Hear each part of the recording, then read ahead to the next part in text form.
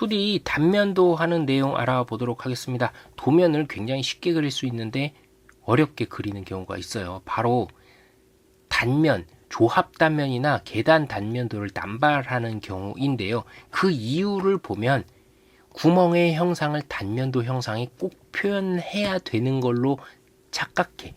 이런 경우거든요. 작업하는 사람도 힘들고 보는 사람도 힘들어요. 이 도면의 형태가 도대체 뭘 나타내는지 헷갈릴 확률이 굉장히 농후합니다. 그래서 그리는 사람한테도 안 좋고 보는 사람한테도 안 좋은 것이 바로 단면도의 단발이에요.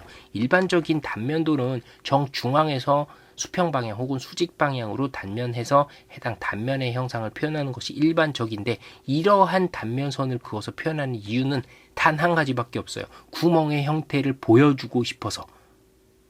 단면을 이렇게 어렵게 쳤다고 이렇게 할 필요가 있냐? 전혀 없다는 거예요. 이거는 이런 투상도 자체도 필요가 없습니다. 그냥 딱 정면도상에 구멍의 형태를 표현만 해주면 되는 거예요.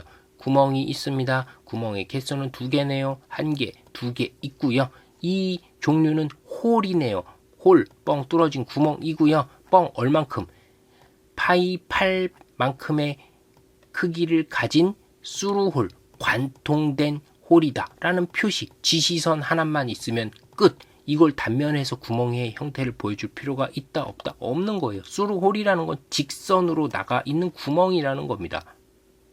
그러면 X방향으로 떨어진 거리, 끝단에서 Y방향으로 떨어진 거리, 구멍 사이즈, 구멍 깊이의 형태까지 표현을 해주면 이 이상 더 뭐가 필요해요? 이걸로 표현이 다 끝난 거예요. 그래서 이렇게 표현만 해주시면 되는 겁니다. 굳이 번잡하게 이렇게 표현해 주실 필요가 전혀 없어요.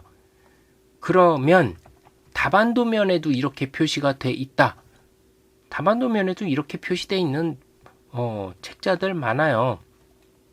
그거 다반도면 100점짜리 도면이 하나도 없습니다. 대부분 70점에서 80점 수준의 합격이 가능한 수준의 도면이라고 보시면 되고요. 나머지는 다 틀린 부분이 존재를 해요. 도면 한 장에 틀린 부분 20점에서 30점 분량 내용만큼은 틀린 부분이 존재를 하는 겁니다. 책이 100점짜리라고 맹신하시면 안 돼요.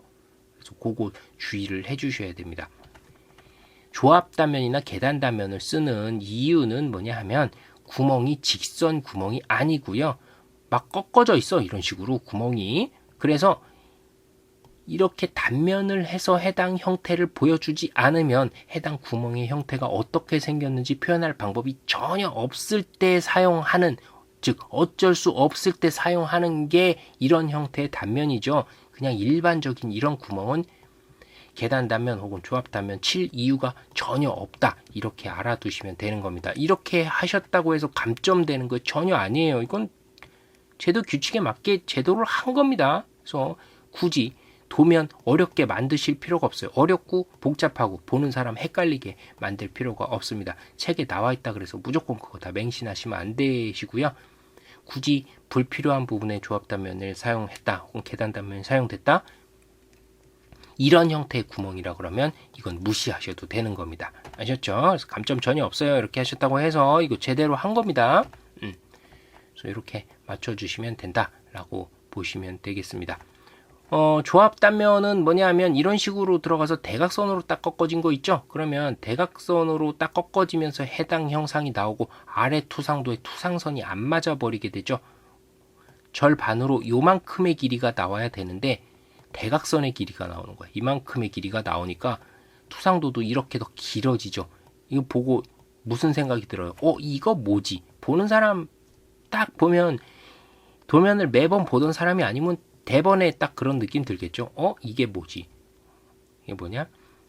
단면을 남발하시면 보는 사람도 헷갈리는 도면을 만들 수밖에 없다. 이겁니다. 일반적인 그냥 수루홀 같은 경우는 지선으로 처리를 하시면 돼요. 그래서 이런 단면선이 남발된 경우에 이런 도면 꼭 따라 하실 필요가 없습니다.